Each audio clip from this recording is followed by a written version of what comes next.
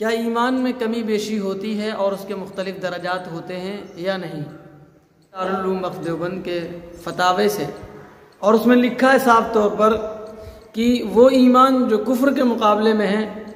اس میں تو کمی زیادتی ہوتی ہی نہیں، کیونکہ کمی کی صورت میں وہ شرعاً ایمان ہی نہیں کہلائے گا۔ ہاں، اہل علم نے جو کمی اور زیادتی کی جو بحث چھیڑی ہے وہ اس معنی میں نہیں چھیڑی، بلکہ اس معنی میں چھیڑی ہے جو احکام شرعیہ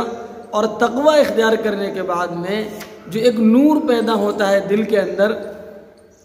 اور احکام شرعیہ کی اطاعت کرنے سے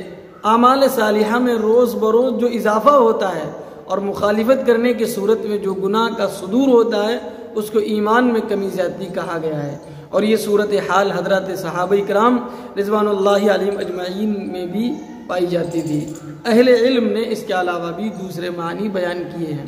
یعنی وہی ایک تو ایمان وہ ہے جو کفر کے مقابلے میں ہے، اس میں تو کمی اور زیادتی کا کوئی مطلب ہی نہیں بنتا، کیونکہ اگر کمی ہو رہی ہے تو شرعاً وہ ایمان ہی نہیں کہلائے گا۔ ہاں، وہ ایمان یعنی جو اعمال صالحہ یا تقوی اختیار کرنے کے بعد میں جو نور پیدا ہوتا ہے، کبھی وہ نور کم ہو جاتا ہے، کبھی وہ نور زیادہ ہو جاتا ہے، تو اس معنی کے اعتبار سے کمی زیادتی ہوتی ہے، اور ایمان بمقابلے کفر اس معنی کے اعتبار سے کمی زیادتی کا کوئی مطلب نہیں۔ اگر کمی ہوتی ہے تو وہ شرعاً ایمان ہی نہیں کہلائے گا۔ اللہ تعالی ہم سب کو صحیح ایمان پر جمنے کی توفیق سے مالا مال فرمائے، آمین۔